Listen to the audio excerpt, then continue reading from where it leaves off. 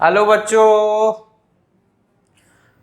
Before starting anything, I just want to introduce myself. That my name is Dilip Singh, and basically I am a physics teacher. And how I am looking? क्या sir, एक ही T shirt एक ही बाल अब देखो कुछ change करने को है ही नहीं, और नीचे का कुछ दिखता नहीं, मतलब जो जीन्स पहने क्या पहने नहीं पहने, तो बस अपनी शक्ल है उसी को चेंज करते रहता हूँ, कभी दाढ़ी में कभी इसमें कभी उसमें, और कुछ कर तो सकता नहीं। तो a very good morning to all of you. In this lecture we will mainly focus Newton laws of cooling. और पिछले वाले लेक्चर में जो न्यूटन लॉज ऑफ कूलिंग जो प्रूफ हम लोग देखे थे, वो हो सकता है कि तुमको न समझ में आया, आई नो, बिकॉज वो थोड़ा मतलब आपको कुछ सोचना पड़ेगा। ये सेकेंड में अगर जो मैं दिखाऊंगा, सेकेंड मेथड जो proof of Newton laws of cooling होगा, वो आपको समझ में आएगा, ये मेरी गारंटी है। तो देखते हैं प्रूफ ऑफ, आज न्यूटन लॉज ऑफ कूलिंग एकदम खत्म ही कर देंगे। Proof of Newton laws of cooling by Stefan law.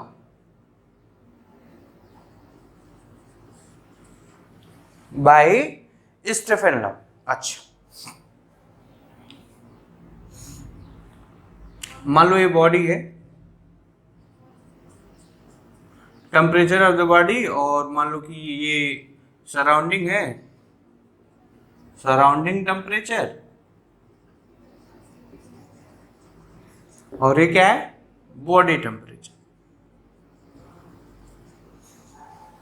ठीक है ना?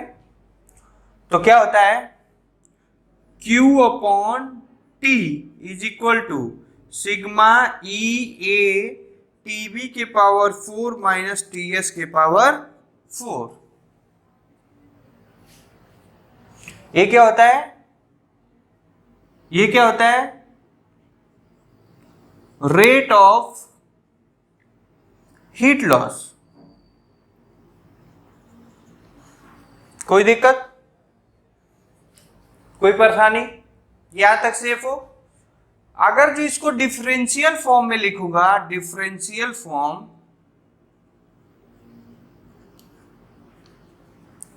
तो ये क्या हो जाएगा, dq upon dt is equal to sigma e a TB के पावर 4 माइनस टीएस के पावर 4।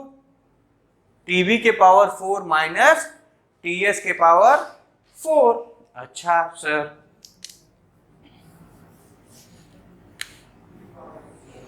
फिर उसके बाद तुम लोग जानते होगे Q इक्वल टू होता है m s delta t d q, या ऐसे लिख सकते हैं, delta Q is equal to होता है एम एस डेल्टा टी, या d q is equal to m s d t. इसको पुट कर दो, ये फर्स्ट इक्वेशन मान लो। ठीक है, तो कितना हो जाएगा, m s d T upon D T is equal to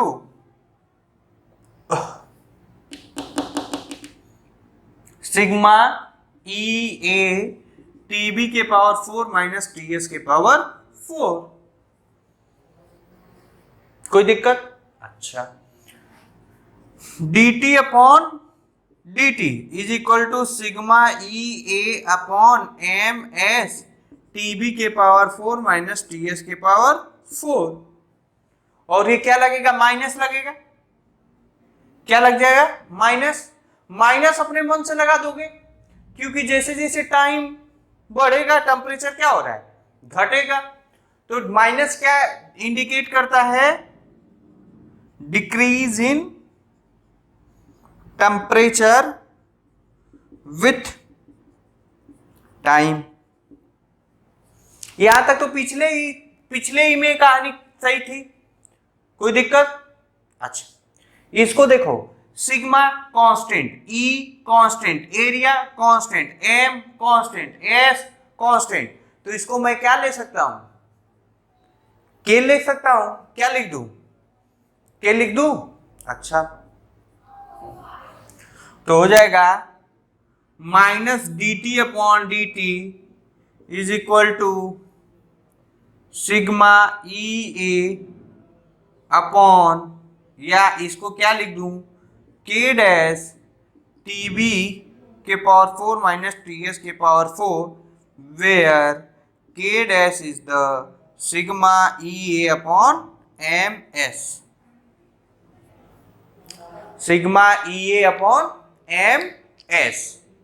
यहां तक सेफ हो? अच्छा, इसको मिटा दूं। अब जो मैं कहानी करूंगा ना वो देखना। टीबी माइनस टी एस क्या होगा? टीबी माइनस टी एस क्या होगा? Delta t. TB minus T S क्या हो जाएगा? TB minus T s equal to delta t, then TB is equal to हो जाएगा delta T plus T s. ये पुट कर दे रहा हूं, ये आप पुट कर दे रहा हूं। एक और बात, अगर जो आप को प्रूफ एक दो बार अपने से ये बोर्ड पे देख के नहीं किए रहेंगे तो आपको नहीं आएगा, क्योंकि कौन से स्टेप में कहा क्या लिखना है ये एक बार आप देखेंगे तभी समझ में आएगा। Are you clear? Okay, then I am going to write the value of TB for this. तो what we write, minus D T upon D T is equal to के डैश, टीबी की जगह क्या लिख दूंगा, delta T plus T S के power 4 minus T S के power 4, minus T S के पावर 4। कोई दिक्कत? अच्छा, अब देखो,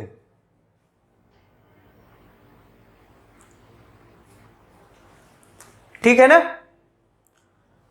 अब मैं क्या कर रहा हूं, टेकिंग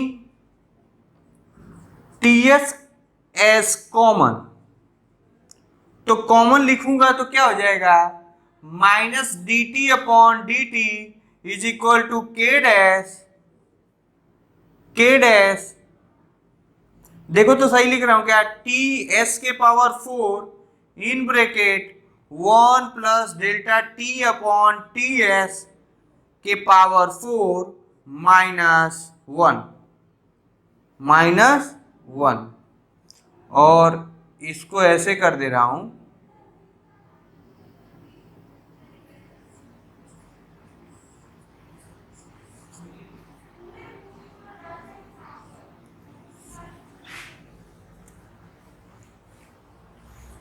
ठीक है। अच्छा, यहां तक सेफ हो? अब एक बात तो बताओ, delta T is less than T S, क्या? Since delta T is less than T S, hence इसकी वैल्यू क्या हो जाएगा, लेस, ये क्या हो जाएगा, delta T upon T S is less than 1, is less than 1। जब ये, अरे भाई एक बात बता, ये इससे कम होगा, तुम ऐसे सोचो ना, यहां मान लो 3 है और यहाँ 8 है, तो ये हमेशा 1 से कम ही नहीं होगा, इसका वैल्यू हमेशा 1 से क्या होगा, कम। Delta T is less than T S, delta T is less than T S, तो delta T upon T S is less than 1। तो बाइनोमियल थ्योरम क्या कहता है, बाइनोमियल थ्योरम में पढ़े हो कि नहीं तुम लोग, 1 अपॉन एक्स के power n, if x is less than 1, तो ये हो जाता है 1 अपॉन एन एक्स। कोई दिक्कत? कोई दिक्कत? तो यहां लिख दूंगा बाइनोमियल थियरम, या थियरम जो भी है, बाइनोमियल थियरम, यहां इसको मिटा दो बेटा, इसको मिटा दो, ओके।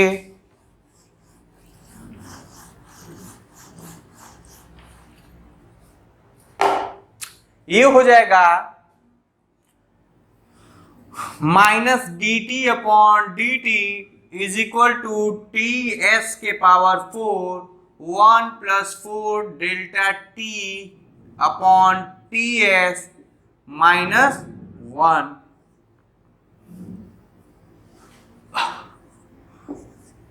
ब्रैकेट कैसे भी लगा वो बहुत बड़ा इशू नहीं है, वो बहुत बड़ा इशू नहीं है। अच्छा, अरे सॉरी,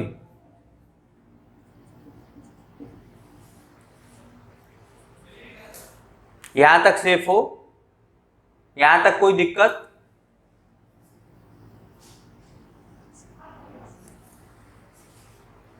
अच्छा, यहां तक सही है। तो अब ये देखो, ये हो जाएगा minus D T upon D T is equal to के डैश टी एस के पावर 4, ये हो जाएगा 1 plus 4 delta T upon T S minus 1, 1 से 1 कैंसल, और ये हो जाएगा, इससे ये कैंसल हो जाएगा, तो हो जाएगा के डैश टी एस के पावर 4 और ये हो जाएगा 4 डेल्टा टी, डेल्टा टी। अच्छा, अब देखो, ये तो कांस्टेंट है, ये भी कांस्टेंट है, और ये और कांस्टेंट है, ये क्या है, और कांस्टेंट है, तो इसका मतलब minus D T upon D T is equal to K delta T, और डेल्टा टी क्या है, minus D T upon D T is equal to K T B minus T S. Proof क्या हो गया, प्रूफ। क्या proof हो गया, rate of cooling is directly proportional to temperature difference. बोलो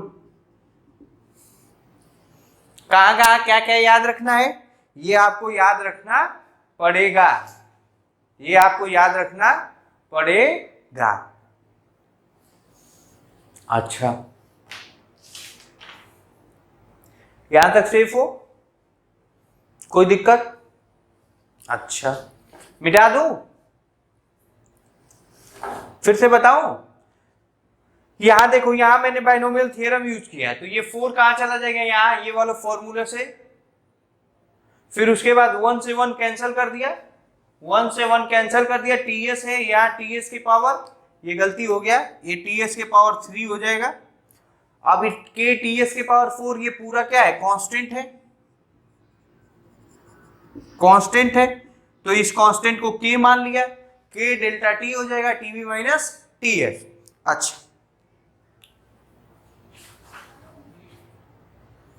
मिटा दूं, ये आसान है, एक दो बार प्रैक्टिस करोगे तो आ जाएगा। देखो बेटा, अगर जो प्रूफ है वो तो आपको प्रैक्टिस करना ही पड़ेगा, बिना प्रैक्टिस से आपको ये आने वाला नहीं है, आपको आने वाला नहीं है।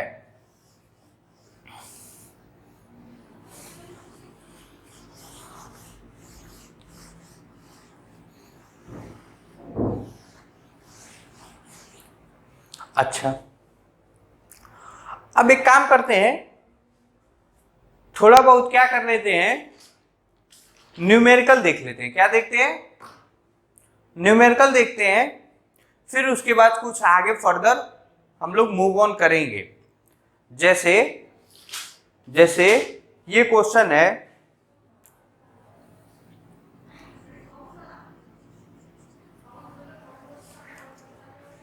ये क्वेश्चन है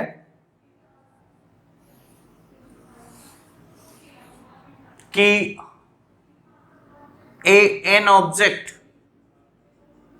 कूल डाउन, वो दिया क्या है, 50 डिग्री सेल्सियस से 48 डिग्री सेल्सियस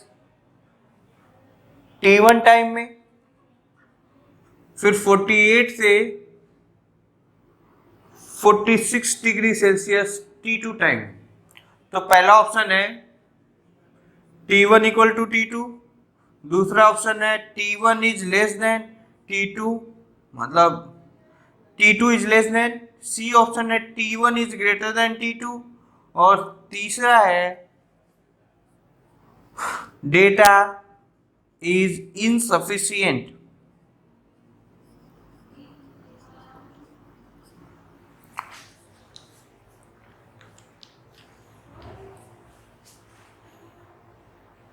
क्या कहते हो?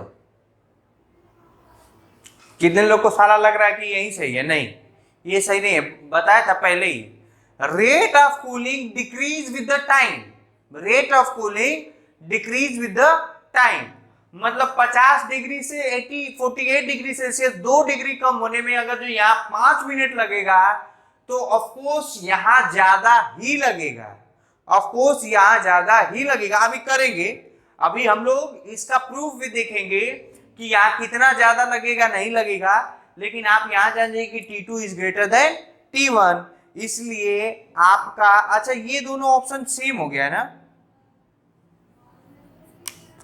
T1 is less then T2 ना,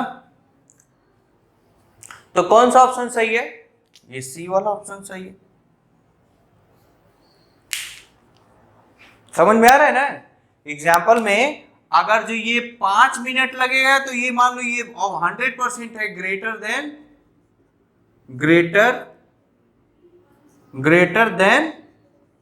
5 मिनट लगेगा। ओके, मिटा दूं? आसान क्वेश्चन था यार, इसमें कोई बहुत बड़ी बात नहीं है।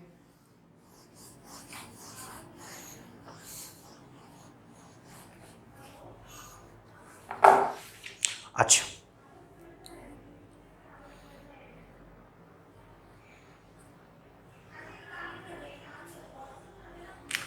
अब थोड़ा ग्राफ देखते हैं। क्या देखते हैं? Graph related to Newton laws of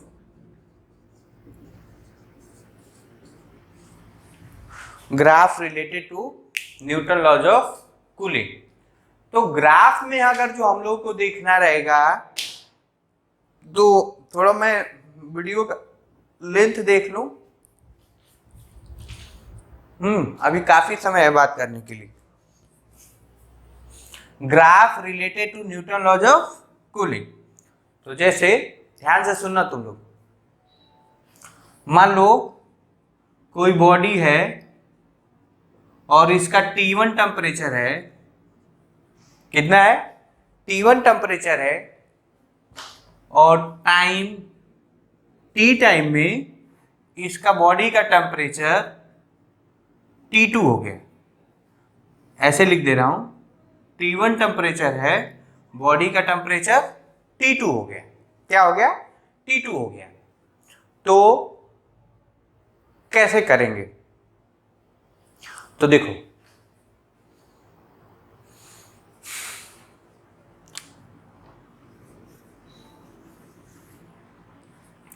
bye Newton laws of cooling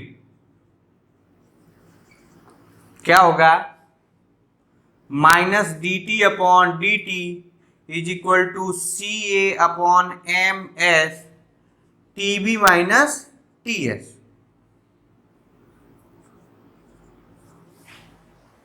TB minus TS। यहां तक कोई दिक्कत, कोई परेशानी? कोई परेशानी है क्या? CA अपॉन MS को मैं क्या मान रहा हूं? K। तो ये क्या हो जाएगा? Minus dt upon dt equal to K TB minus TS। एक तो ये याद रखेंगे।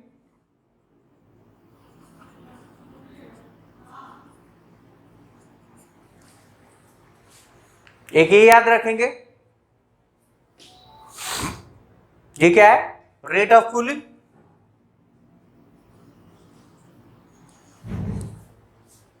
अच्छा, अब देखो मैं कुछ करने जा रहा हूं, ये देखना।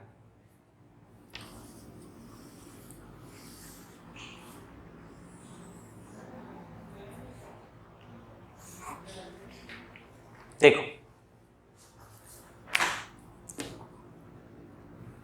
Minus D T upon t B minus T S is equal to k d t. K d t, कोई दिक्कत? अच्छा, मैं तुमको बता दूं, पता नहीं तुमको मालूम होगा कि नहीं, जैसे और इसको क्या करो, ये मान लो फर्स्ट इक्वेशन है, इसको इंटीग्रेट कर दो। क्या कर दो? इंटीग्रेट इक्वेशन फर्स्ट, ब्लैक से ही लिख रहा हूं, तो ये हो जाएगा minus D T upon t B minus T S is equal to k d t. K d t, k d t. अच्छा, अब इधर देख, डी एक्स अपॉन एक्स इसका होता है एल एन एक्स, या integration of D x upon X minus A इसका होता है एल एन एक्स माइनस ए।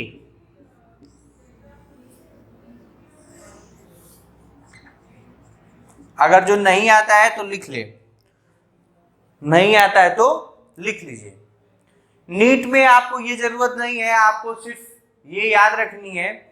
तो इसका अगर जो लिखूंगा तो ये मान लो यहां चला गया, तो ये हो जाएगा अच्छा हाँ, एक और चीज, इसका लिमिट क्या रखूंगा, तो बॉडी का टेम्परेचर T1 से T2 हुआ, तो ये हो जाएगा T1 से T2 हो जाएगा, यहां 0 से T टाइम तक। कोई दिक्कत? अच्छा, तो इसका हो जाएगा इंटीग्रेशन, इसको माइनस को इधर ले आया, तो हो जाएगा L N t B minus T s T1 T2 is equal to minus के टी हो जाएगा, माइनस के टी हो जाएगा। ये माइनस कहां रख दिया? यहां। अच्छा, अब लिमिट रख दो, तो ये तो फिक्स है, सराउंडिंग टेम्परेचर क्या है? फिक्स है, T S fix, only change in body temperature. तो इसमें अगर जो रखोगे, आप लोग मेहनत करिएगा, मैं डायरेक्ट लिख दे रहा हूं, ये हो जाएगा, चाहे लिख दे रहा हूं L N T two minus T S minus का L N T one minus T S is equal to minus के टी, और इसको सॉल्व करेंगे तो ये हो जाएगा L N A minus L N B is equal to L N A upon B होता है। तो ये हो जाएगा L N T two minus T S upon T one minus T S is equal to minus के T, minus के T, minus के T. मैं मिटा दूं? मैं मिटाऊं? इसको मैं यहां पे लिख दे रहा हूं क्योंकि ये मुझे बाद में जरूरत पड़ेगा, तो ये लिख दे रहा हूं minus D T upon D T is equal to K T B minus T S ना, ये बाद में जरूरत पड़ेगा। ये मिटाना बेटा, फिर से कहां कहां क्या क्या याद रखने हैं। Integration of D x upon x क्या होगा? L N x. अरे भैया 1 अपॉन एक्स का डिफरेंशिएशन क्या होता है? एल एन एक्स का या लॉग एक्स का डिफरेंशिएशन क्या होता है? 1 अपॉन एक्स, 1 अपॉन एक्स ना। तो जो डिफरेंशिएशन जो होता है वो इंटीग्रेशन का उल्टा होता है या इंटीग्रेशन डिफरेंशिएशन का उल्टा है? तो 1 अपॉन एक्स का क्या होगा? L N x. अब इतना तुम्हें आना चाहिए यार, अगर जो नहीं आ रहा है तो ठीक है, आप देख लीजिएगा, ठीक है। जितने मैथ के स्टूडेंट हैं उनके तो खूब अच्छे से आ रहा होगा। जो पीएमटी वाले बच्चे हैं, जो नीट की तैयारी कर रहे हैं बच्चे, वैसे हमारे यहाँ तो बढ़िया है, सब लोग जनरल लिए हैं तो सबको कुछ ना कुछ इंटीग्रेशन आता ही होगा, तो आप ये देखते रहिएगा ये सब। अच्छा, और करना भी है। अच्छा, इसको मिटा रहा हूं।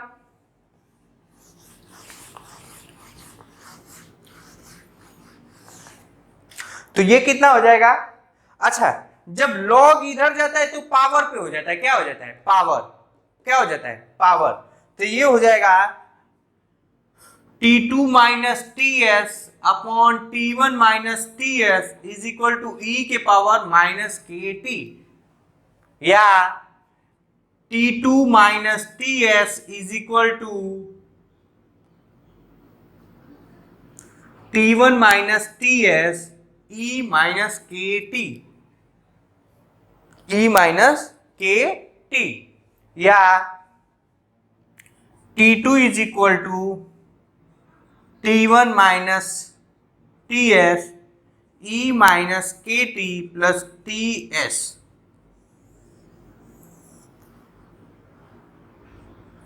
फाइनल टेम्परेचर, ये क्या है? Initial temperature. तो इसका मतलब अगर जो इसको जनरल फॉर्म में लिख दूं तो जनरल फॉर्म कैसे होगा?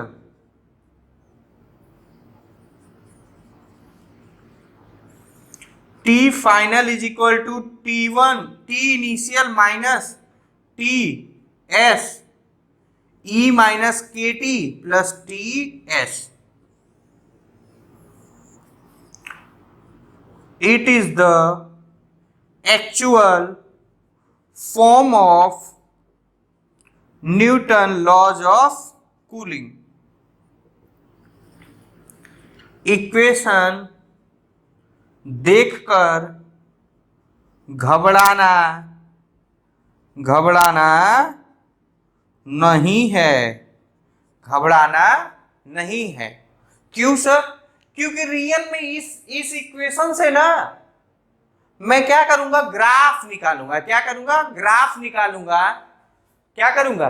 ग्राफ निकालूंगा। और कुछ लेना देना इस इक्वेशन से नहीं है। यहां लिख दो, not use to solve numerical. Numerical की एक रेडीमेड फॉर्मूला बताऊंगा, लेकिन भाई अब एक्चुअल फॉर्म अगर जो मान लो कि ऐसे देगा, ध्यान से सुन, अगर जो ऑप्शन में ऐसे दे, अरे नीट का इस बार का क्वेश्चन मैंने देखा बहुत आसान क्वेश्चन है, ठीक है ना? तो ये सब आपको चीजें याद रहेंगी तो हो सकता है कि एग्जाम में आपको ऑटोमेटिक मतलब पूछ देगा which is the correct form of Newton laws of cooling. तो यहाँ ई के पावर माइनस के टी आता है, हो सकता है प्लस आ जाए, तो आप उसको देखते रहिएगा। यहाँ पे टेम्परेचर ऑफ सराउंडिंग है, टीएस क्या है? टीएस क्या है? Temperature of surrounding.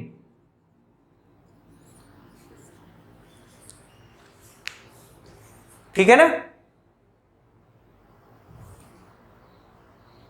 ठीक है, मिटाऊं? मिटाना नहीं है। अब इसी का क्या करना है कि मुझे ग्राफ बता देना है। तो ग्राफ देखो,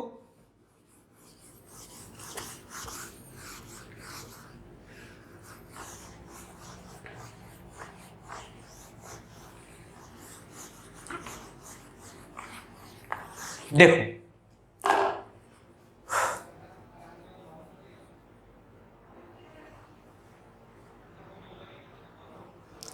अब देखो, अगर जो फाइनल टेम्परेचर इनिशियल टेम्परेचर के बराबर होगा, क्या होगा? अगर जो मान लो इनिशियल टेम्परेचर 0 होगा, इनिशियल टेम्परेचर क्या होगा? 0, तो इनिशियल ऐसे लिखो, at T equal time t equal to 0, t equal to 0, तो यहां क्या हो जाएगा? ई के पावर माइनस के टी, मतलब ई के पावर माइनस के 0, और किसी के पावर 0 इक्वल टू क्या होता है? 1। ई के पावर 0 क्या हो जाएगा? 1। ई के पावर 0 क्या हो जाएगा? 1। अच्छा, ई के पावर 0 इक्वल टू 1, तो T final equal to T initial minus T S plus T S, T S से T S cancel, T final equal to T initial.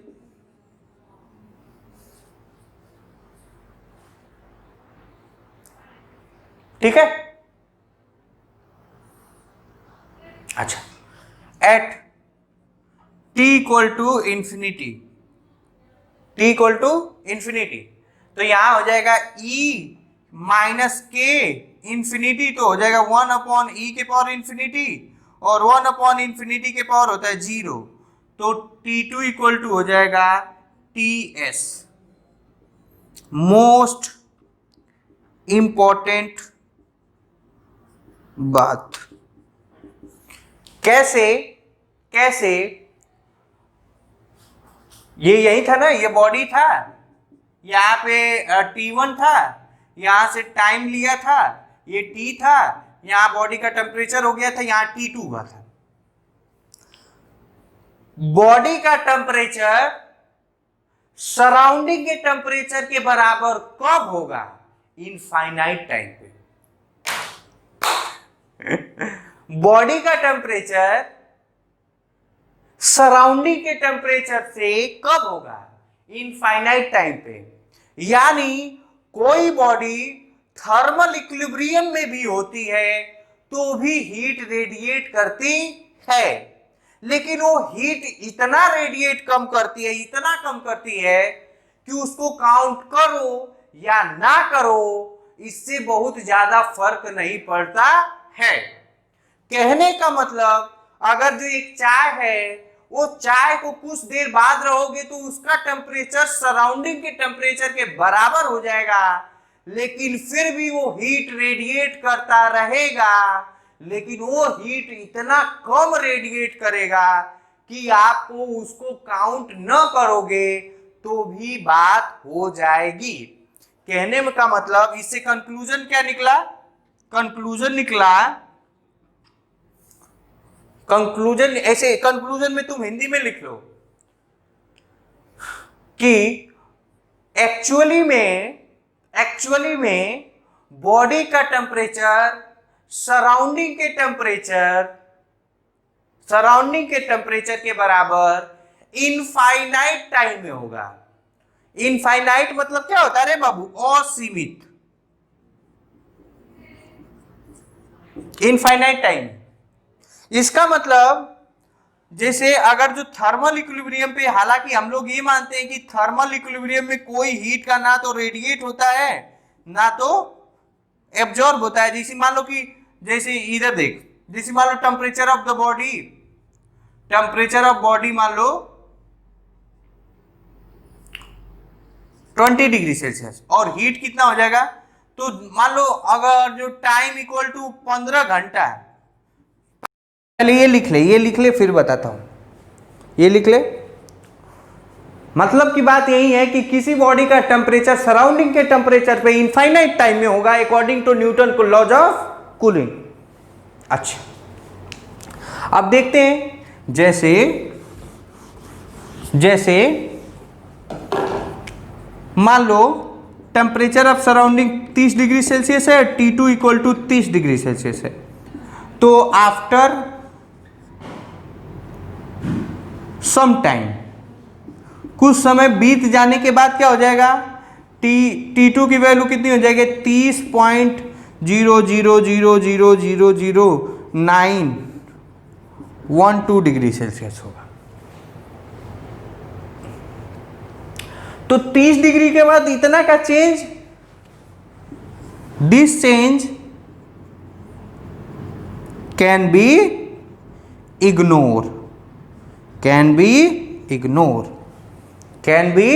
Ignore. इसका मतलब कोई बॉडी का टेम्परेचर सराउंडिंग के टेम्परेचर से कभी match करेगा ही नहीं करेगा। समझ में आया क्या? मैं यही बात आपको बताना चाह रहा था। अच्छा, तो ये लिख लेना, ये लिखना, नहीं तो साला गड़बड़ हो जाएगा, फिर तू समझ ही नहीं पाएगा। तो क्या कोई भी बॉडी कभी सराउंडिंग का टेम्परेचर अचीव कर सकती है?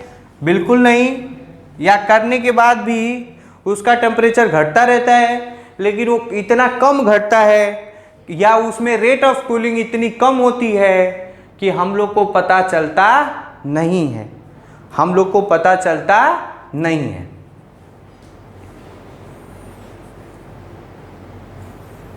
ठीक है ना? अच्छा, इसका जो ग्राफ होगा, ये जो ग्राफ होगा बेटा, ये ग्राफ एक्सपोनेंशियल होगा। क्या होगा? Exponential graph. तो एक्सपोनेंशियल ग्राफ कैसे होता है वो मैं बना दे रहा हूं।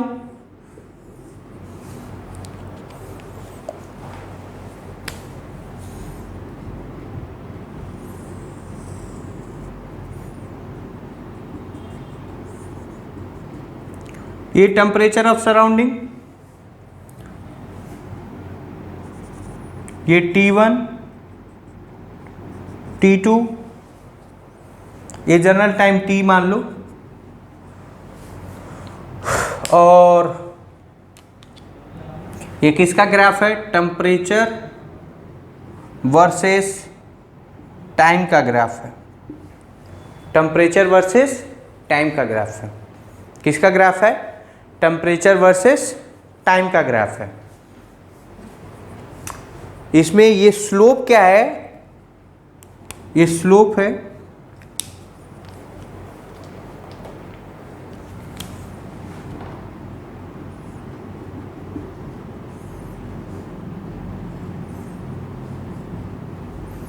ये स्लोप है tan अल्फा। tan अल्फा की वैल्यू कितनी होगी? CA/MS, CA/MS। ठीक है ना? ये किसके किसके बीच में ग्राफ है? टेम्परेचर वर्सेस टाइम के बीच का ग्राफ, टेम्परेचर वर्सेस टाइम के बीच का ग्राफ। अच्छा, मिटा दूं? Graph is most important.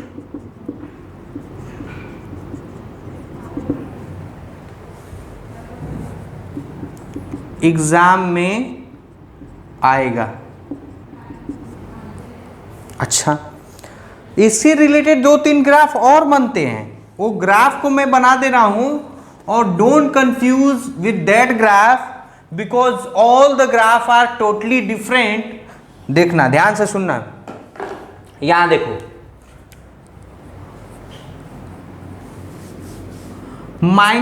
-dt/dt is equal to KTB minus TS, TB minus TS। ये dt है, ये क्या है? TT है।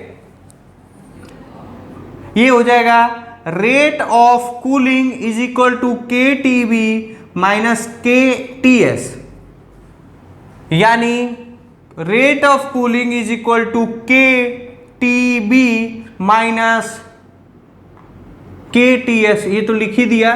ये हो जाएगा y is equal to mx minus c, y equal to mx minus c का ग्राफ अगर जो बनाऊंगा तो कौन सा ग्राफ बनेगा बाबू?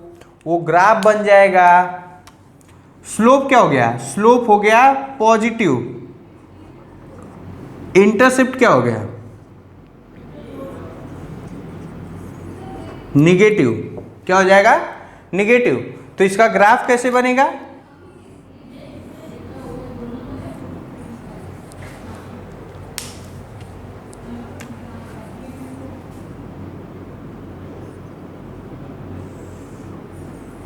ये ग्राफ बनेगा।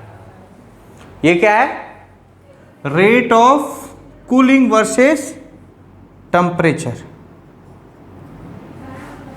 Versus temperature, rate of cooling versus temperature.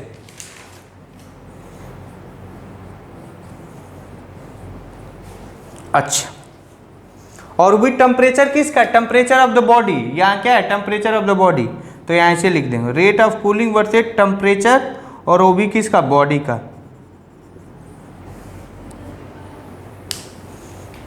दो ग्राफ। अच्छा, तीसरा ग्राफ तीसरा ग्राफ, ये रेट ऑफ कूलिंग और ये हो जाएगा के, ये हो जाएगा डेल्टा टी, मतलब y is equal to m x, मतलब ये ग्राफ बन जाएगा, ऐसे बनेगा। ये किसके किसके बीच का ग्राफ है? रेट ऑफ कूलिंग और ये डेल्टा टी के बीच का ग्राफ है, temperature difference, temperature difference, temperature difference, temperature difference in the sense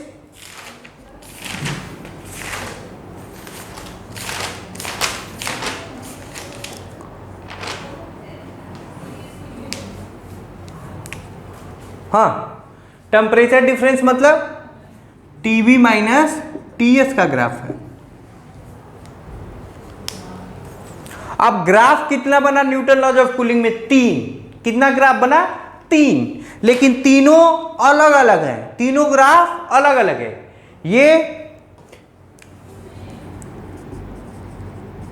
ये टेम्परेचर वर्सेस टाइम का ग्राफ है, ये rate of cooling versus temperature difference का ग्राफ है। ये डॉटेड अपने मन से नहीं बनाया हूं, ये बनाना है ना, ये बनाना है ना, ये बनाना है। ये देखो, ये rate of cooling versus temperature of the body के हिसाब से बनाया गया है। तो ये तीनों ग्राफ आप याद रखेंगे, तीनों ग्राफ आप याद रखेंगे, ठीक है ना। अच्छा, अब देखो,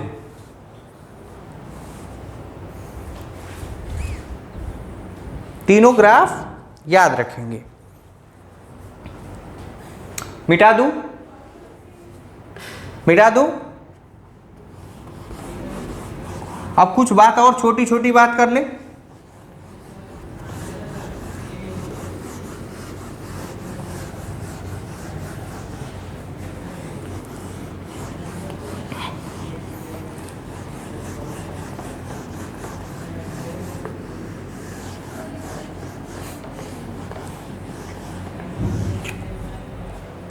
जैसे देखो, अगर जो मान लो 50 डिग्री टेम्परेचर है और ये मान लो कि 48 डिग्री सेल्सियस है और T2 की वैल्यू मान लो 2 मिनट है, तो 48 से 46 आने में T1 की वैल्यू मान लो T2 पूछा है, T1 हो गया, फाइंड T2। कहने का मतलब, अगर जो 50 डिग्री सेल्सियस से 48 डिग्री सेल्सियस आने में 2 मिनट टाइम लगा, तो 48 से 46 आने में कितना मिनट टाइम लगेगा? एग्जैक्ट कैलकुलेशन उसमें क्या था? उसमें ये था कि T2 is greater than T1, लेकिन यहां बताना है कि एग्जैक्ट कितना आएगा, ये बताना है। तो क्या करेंगे? तो एक तो फॉर्मूला ये है, T2 इज इक्वल टू हो जाएगा T1 माइनस TS e के power minus KT plus TS। मान लो टेम्परेचर ऑफ द सराउंडिंग दिया है, let temperature of the surrounding दिया है 30 डिग्री सेल्सियस, उससे बहुत लेना देना नहीं है। तो ये फॉर्मूला यूज नहीं करेंगे। अच्छा सर, ऐसा क्यों नहीं करेंगे? क्योंकि ये क्या है? एक्सपोनेंट, तो हम लोग को में नीड टू यूज कैलकुलेटर। तो फिर हम लोग कैसे करें भैया? आपने ठीक है, ये फॉर्मूला कह रहे हैं कि न्यूमेरिकल सॉल्व करते समय नहीं करेंगे, नहीं करूंगा, तो आप ये तो बताओ कैसे करोगे? कोई फॉर्मूला है तो क्या उसको बोलते हैं? अप्रोक्सीमेट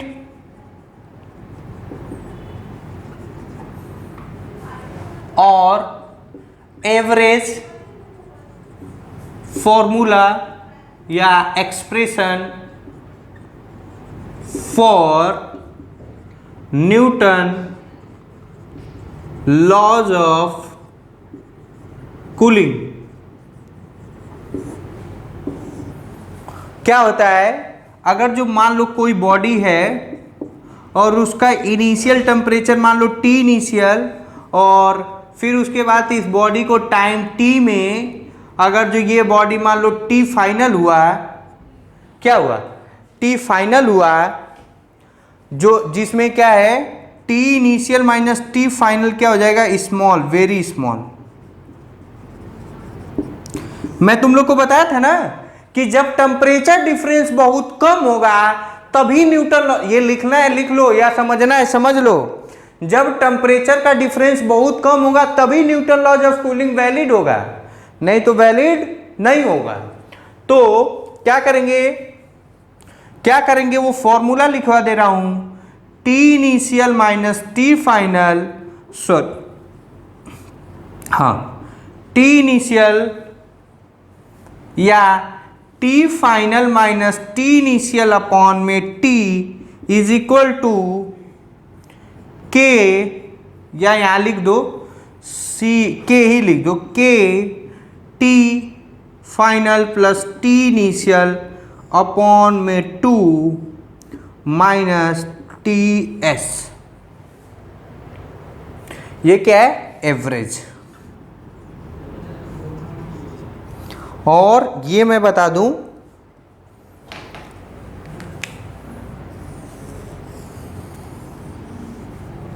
रट ले, 99.9% क्वेश्चन इसी से सॉल्व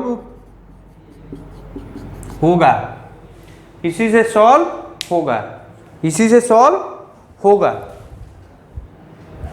ठीक है ना। तो ये आप लिख लीजिए। नेक्स्ट क्लास में हम लोग इसके जुड़े कुछ न्यूमेरिकल देखेंगे, और न्यूमेरिकल देखने के बाद कहीं ना कहीं आपका न्यूटन लॉज ऑफ कूलिंग ख़त्म हो जाएगा, और उसके साथ साथ रेडिएशन भी ख़त्म हो जाएगा। फिर नेक्स्ट क्लास में हम लोग पढ़ेंगे एक chapter KTG, kinetic theory of gas. Write down in your notes, ये मोस्ट इंपॉर्टेंट फॉर्मूला है, इसी से न्यूमेरिकल सॉल्व करेंगे। जो अच्छा सा तो पीछे क्यों पढ़े, पीछे पढ़ने ग्राफ का इलस्ट्रेशन देखने के लिए, बाकी सब कुछ करने के लिए। तो ये लिख लीजिए। Thank you very much, bye bye.